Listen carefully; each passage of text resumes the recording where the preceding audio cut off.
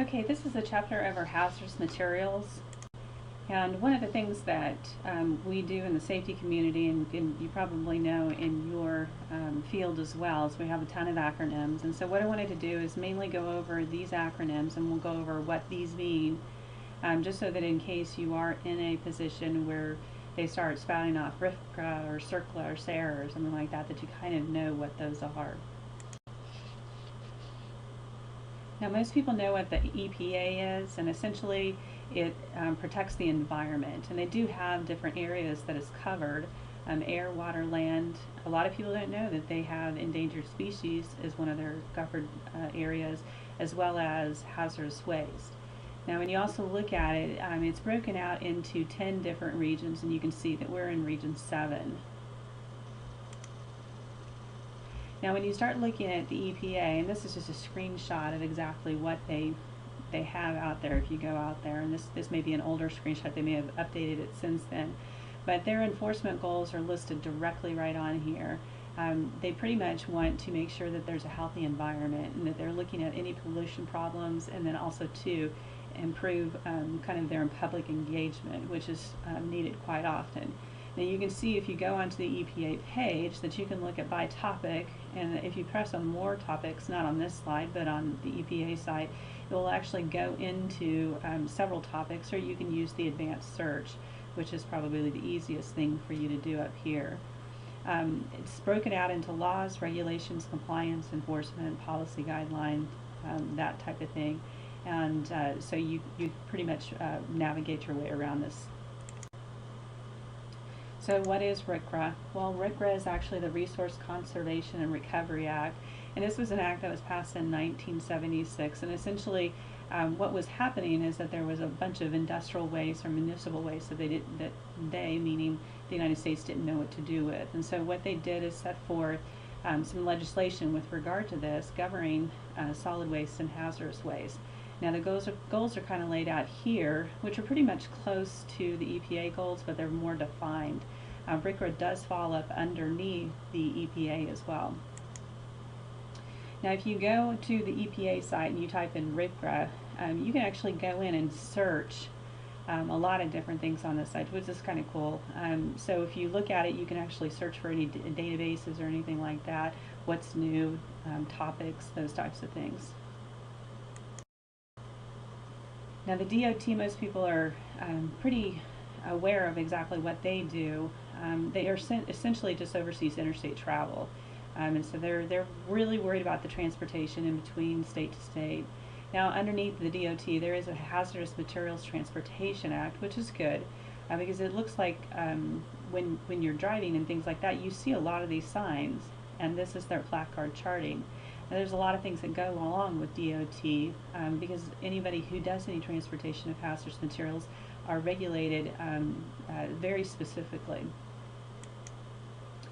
Now underneath the DOT site, if you kind of type in dot.gov, I believe, it'll actually take you to this PHMSA.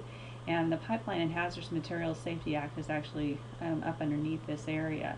And so it has a lot of different things on here, in electronic services that you can do. You can pay your fines, you can register that type of thing. Incident reportings, there's calendars if there's any events that are out there.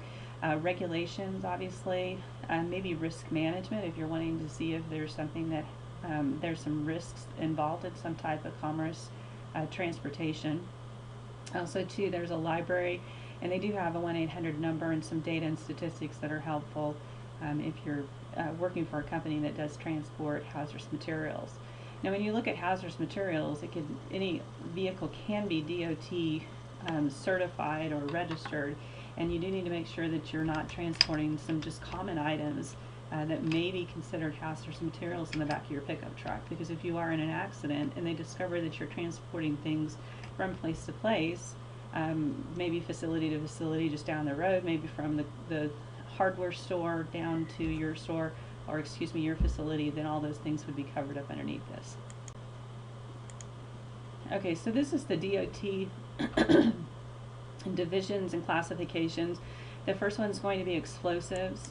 The second one is going to be gases, and this does include non-flammable and flammable gas, as well as any gas that has an inhalation hazard and oxygen. And then your flammable and combustible liquids, and you see a lot of this 1203, especially with the big tankers on the highway. And then the flammable and combustible solids, they do have different types of placards, and then you'll also see dangerous when wet that's up underneath there as well. Your oxidizers and organic peroxides, class 5. Class 6 would be your poisonous and infectious agents, your inhalation, poisons, toxins, infectious substances, that type of thing. And then your radioactive materials. A lot of times you'll see these on trains, but not normally are they going to have that specifically on a vehicle too often. And then you've got class 8, which is your corrosives, and then your miscellaneous, and then a mixed load is actually going to have dangerous. Now mixed load can actually have a flammable, excuse me, and it can probably have a toxin, or it can have a corrosive and a flammable, and they just need to be made sure that they're split apart, and there's very specific requirements on that as well.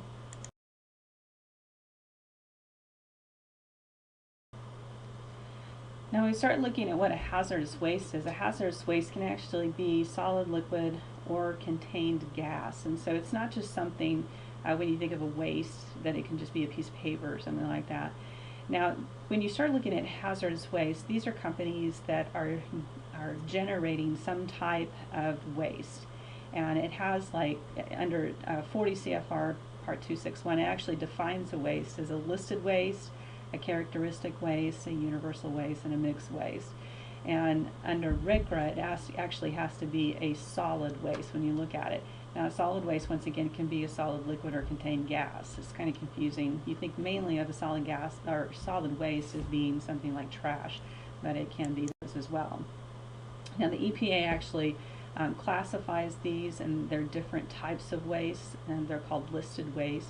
An F list is going to actually have some type of, it's real general.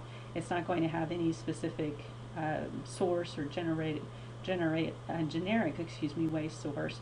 A K list has a very specific manufacturing process or something that's done, so that that's the source of K list listed waste. A P list is going to actually be acutely toxic, and there's some examples there. And then a U waste is going to be like an off-spec or something that's an offshoot of something. Now, a characteristic waste, when you start looking at defined waste, is ignitable, corrosive, reactive, or toxic. And so when you start looking at these are a little bit different than the NFPA. If you recall what those are flash point lower than 100 degrees Fahrenheit, but according to the characteristic waste in the EPA, an ignitable waste has a flash point of lower than 140 degrees Fahrenheit. And corrosive waste is going to be really caustic, or it's going to be acidic, and you can tell by the pH whether it's really high or really low. And then reactive wastes are going to have some type of violent results, and this could be producing and kind of interacting with other chemicals or having something like that. It could be water, air, other chemicals. And then toxic characteristic waste, those have like a certain amount of metals, pesticides, or organic compounds. Now, how are you supposed to know? Well, a lot of times with the ignitable waste, you'll know also with your corrosive, because you can actually do testing on those, or it's just a known fact that that's what it is, as well as the reactive waste. Now, your toxic characteristic, might not know, especially if you're digging up something. I know they've been doing a lot of lead removal, a lot of other ground removal, and a lot of times you don't know what's in the soil. And so what you do is you actually send it off for a TCLIP, and that actually stands for Toxicity Characteristic Leaching Procedure. And essentially what they do is they go through a big process, and they say, okay, how much of this chemical would leach into groundwater if we set it out there. And a lot of times that'll be with your unknown waste that you'll do that.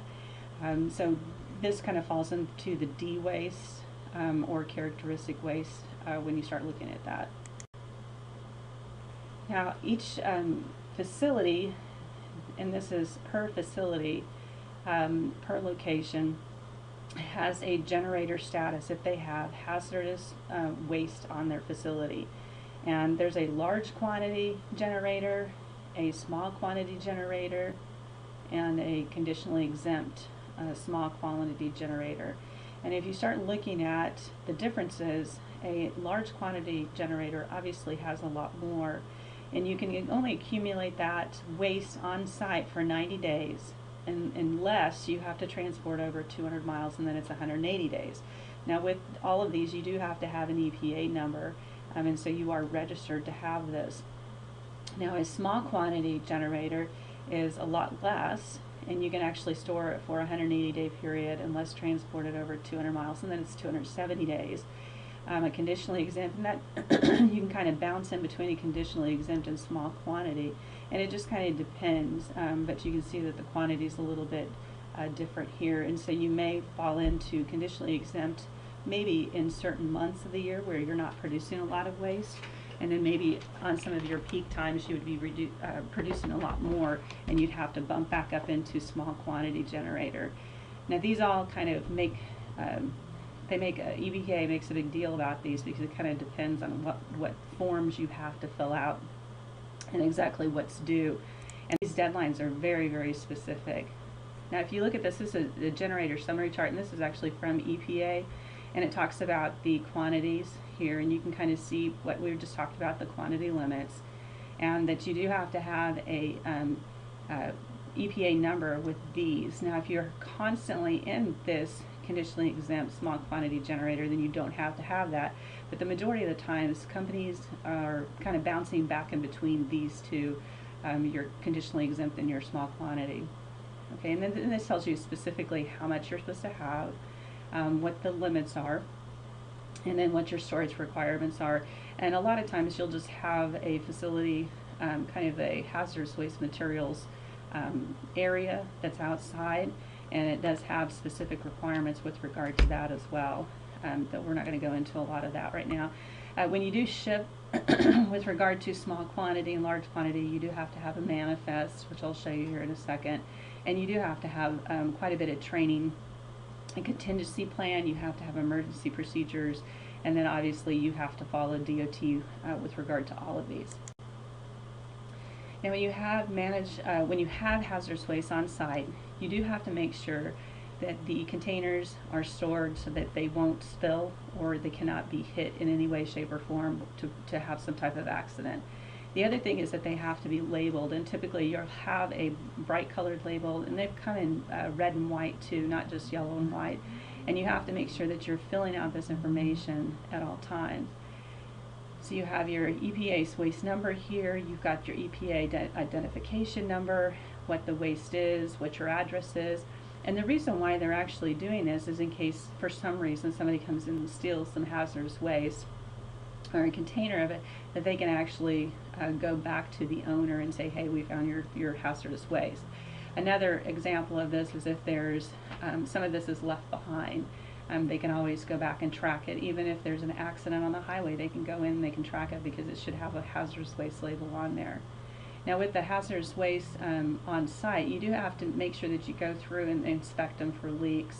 And then you also have to make sure that you're measuring, especially if it's a liquid or a solid, you have to as well, but measure how much you actually have in that container, because it may take you a while to fill up a 55-gallon drum of something. The other thing is that you do have to make sure that you're maintaining all those records and your inspections, and that there is an emergency security plan. So how are you going to keep people from coming in and stealing this, like what we talked about earlier? And then you do have to have safety equipment available as well.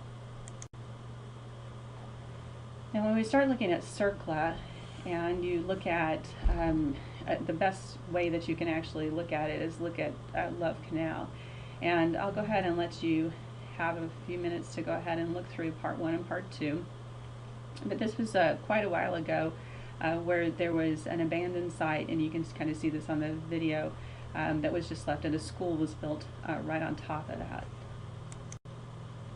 Now when you look at Superfund and this in any type of Reauthorization Act, which SARA, and the SARA actually stands for Superfund Amendments and Reauthorization Act.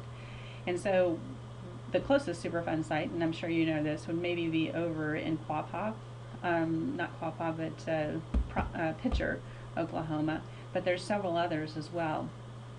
Now, when you actually fall up under the SARA requirements, you've got very, very strict um, response to any type of releases that may happen. You also, once a year, have to send your MSDSs in a form, a SARA form, to the fire department and the local emergency personnel. And typically you have one of those in every community. Now, also too, the titles that it kind of goes under, and it'll kind of, you have to go through each one of these, and those are kind of mentioned there. But the emergency planning and community right to know is where generally these fall under. But it just kind of depends on what your waste is that you have. Now, the Superfund, when you start looking at that, there's Tier 1 and Tier 2, and these are two different types of forms that are due. When you start looking at this Tier 1, those are due March 1st of every year, and you have got to be on time with this. You cannot be late because it's major fines through the EPA. And then there is also a Tier 2, and this is just an example, kind of a gross example of a bunch of materials that they found on a site, and it was just, you know, thrown in there. So you can see how this can be really hazardous, not knowing what those are. It could be an explosive, it could be, you know, something major corrosive, and you see here that they're actually driving through that area and it's wet on the ground, so you're wondering how much of that is actually getting into the soil. So if you go to EPA and type in Superfund or SARA, you can actually go in and search, okay, I want to see what the U.S. Superfund sites are. And you can see here we have quite a few, not as much as up in the northeast. And what I did is I went ahead, and this was this summer that I actually pulled this information up. And these are the toxic waste sites in Kansas. And you can see there's one down here by Joplin. Also too, these are the toxic waste sites in Missouri. And you can see down here in Joplin we've got quite a few as well. And then I went ahead and printed off Oklahoma. Because, you know, a lot of those are there. It's very interesting that they don't have a couple of the sites over in this area by Miami, Oklahoma. I was kind of surprised about that. So you also can actually go in, and when you're on the EPA site, and you can hit one of those little red buttons and it'll take you to it, or you can actually have them listed over on one of the sides. You can do that.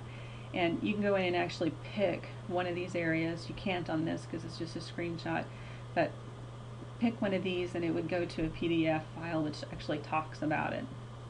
And it tells you what's there and what is needing to be cleaned up. And as I said before, I just kind of picked Kansas, Oklahoma, and Missouri because we're just this 3-state region here. Now when you start looking, okay, why are we talking about all this? Well, number one, because in any type of management position you may have where you have to deal with any type of hazardous waste.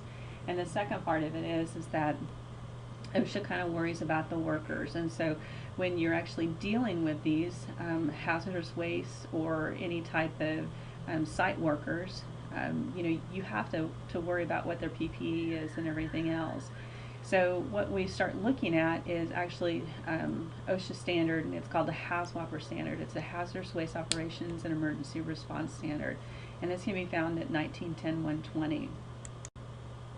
And when you start looking at HazWAPR, you actually have to have a safety and health plan that's written that talks about what the employees are going to do in the hazardous waste operations.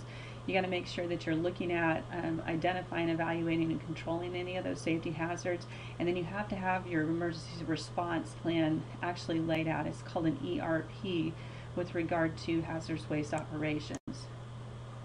And these are some of the things here, and I just mentioned a couple of those. PPE is very specific on this, and I'm sorry that we're not holding class because I typically will bring in a suit and kind of show you what those are, because they get very specific on this. And we actually teach a class here. It's normally taught in the evenings by Pat Flynn, and when you graduate from that class, or should I say when you finish that class, you should come out with a 40-hour HazWAPR card, which is worth about $1,000 probably about $1,500 to maybe $2,000. So you're really getting your company's money's worth if you do have that card. But it goes on and it talks about a lot of this stuff. It gets really deep into it, but once again, we're just kind of talking high level. Okay, so with training, and you start looking at it, you do have to do quite a bit of training on this. If a person is in operations, and this is a person who is actually doing something in the field and handling it, they have to have a 40-hour HazWaper training. Supervisors of these people who are actually in the hazardous waste operations, they have to have 40 hours plus 8 hours specialized training on the operations itself. Now TSD or emergency responders, they actually have to have a 24-hour card, and they have to be a 24-hour training on that. Now you do have to go through a refresher on an annual basis, and this typically is an 8-hour training that you would go through, and just talking about the new innovative things and making sure that you understand what's going on. And as I said, this training is very expensive. Typically it's really hard to find around this area. I know when I worked for my last company, we couldn't find anybody around this area that would actually train them. And so getting this through PSU and having it as one of your electives, especially if you're going to work with hazardous waste operations, it would be something pretty good to have. And these are just some pictures here of some of the training and the monitoring that they're doing. Very uncomfortable suits, the PPE is, and it's like a sweat bomb when you're in there. It's pretty bad. Now we've talked about contingency plans before, and we said, okay, what is a contingency plan? Emergency action plan has to do with the employees, and then a contingency plan, when you think about it big business wise, is going to be, what are we going to do after an emergency? Well, a HazWaper contingency plan is a little bit different, and this is actually in your emergency response plan that you have. And you have to have a comprehensive plan so that you can go in and say, okay, this is what could happen, this is what we're going to do about that. And regardless on this, you've got to make sure that you train to this, you maintain those training records and have those specifically up to date at all times. And so you want to make sure that you're not dumping something that you don't have a permit for. Also too, regardless, and it's called a cradle to grave, if you generate the waste as a company, then you are responsible for it forever. And so a lot of times what companies will do is they will have a pickup or a TSD, and what they'll have is someone come in and pick it up on a how many everyday basis. It can be 180, 270, it depends on what your requirements are. And so what they'll do is they'll send it to a huge incinerator, which is really cool. I've seen one of these in action, and just kind of incinerates the material. Now, even though it's incinerated, as I said previously, this is a cradle to grave type thing, and you are responsible for even the dust or the ash that's generated off of this. And so you're kind of constantly having something to do with that. All right, so let's talk about a uniform hazardous waste manifest. And when you start looking at DOT regulations, and this is where they say that you have to have a manifest that goes along with that. And this is going to be a 6-part document, and different parts of the document goes to different people. And what it essentially will do is just for tracking of hazardous waste. And so when your TSD or your pickup is coming, you have to make sure that everything that's on that is what's going to be in that truck. And then they're going to be checking, the truck driver is going to be checking that, yes, I have received all of these things. If it's not on the manifest, he's not going to take it, and that can kind of push you into an overage where you have material and you've kept it too long. So it's got to be a really specific process that you have on this. This is an example, and this is just a one part, obviously the top part. And typically you can write on this, but it's real hard to get it through all of the copies, and you want to make sure that it is. So typically you'll have to pull out your old typewriter and do this. They do have forms online as well where you can feed them through your computer and just fill it out, but then you'll have to pay for that service or that software to do that. But you can see here that it has all of the USDT, and this is under 9A and 9B, and it talks about, okay, what is the container, what is the type, what's the quantity, and then the waste codes, and this is per container. And so if you have 5 drums, then you're going to have to do 2 full manifest forms. You can't just cram it in down at the bottom. It's got to, each one has to be on a single line. As you can see here, a lot of signatures, and so you've got actually the generator, and that's going to be the company, and then the transporters, they're going to be the truck driver, and then you have the people who are designated facility kind of people that they can talk to later on and know information about this. So when you're doing this as well, what they're going to be checking is to see, yes, I do have the correct placards, and you as a generator need to make sure that you're actually watching them flip those placards over on all areas of whatever kind of truck containment it is, because when it comes down to it, you're responsible still for that material. So if there's an accident or something, even though it's the trucking company's fault, you may have to be responsible for some of that cleanup. And so that's, once again, that cradle to grave that I was talking about previously. Okay, so let's talk about something that's a little bit less hazardous, and this is called universal waste. Now these are a lot less, have a lot less threat when you start looking at hazardous waste. And some common examples that you may have around your house or that we would have here at the school would be fluorescent bulbs, batteries, and it kind of depends which kind of batteries they are, and mercury containing devices. This can be a thermometer, it can be a thermostat, it can be something like that. And then not so common are cathode ray tubes when you start looking at examples. Now the one thing about this, and if you have batteries at home or you have a fluorescent light bulb that goes out, you just turn around and throw it into the trash. But being a company, you cannot do that. You have to have specific trash areas, or not trash areas, but universal waste areas that you're throwing these. And they're very, very strict on this too, because they can track back trash. You wouldn't think that they could, but they sure can. And this has happened for a lot of companies where they've thrown this stuff away. It goes to the landfill, and then somebody from the landfill comes back and they get in trouble for that. Okay, so then we also have household hazardous waste, and these are actually that are generated from your household, and this is separate from companies, but they do have a area where you can take these in every community, and I'm not sure where it would be here in Pittsburgh, where they have household hazardous waste days. And a lot of times what you would look at, motor oil, any type of antifreeze, that type of thing, paint solvents, the mercury thermometers, or any type of fluorescent bulbs, anything like that, computers, TV, cell phones, batteries, any ammunition, any of these you would look at. And these might be things that you guys have in your trash. Well, versus you throwing them directly into the trash, they have these household hazardous waste days where you can actually submit it. And we went on a cleanup one time. It wasn't a cleanup, excuse me, it was just a household hazardous waste day at the Joplin Center. And at this Joplin Center, somebody brought in this huge pickle jar of mercury that they found down in their basement.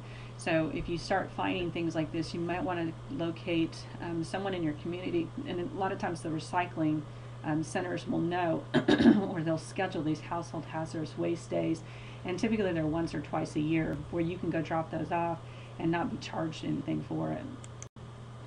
Okay, so here's just a couple of videos just so that you can kind of see a little bit more information about hazardous waste. But if you do have any questions, let me know. I apologize for having to cancel class today, but that is something that comes up every once in a while. So make sure that you are taking the quiz that's out there. It is due on the 6th of November at 11:55 p.m. Thank you.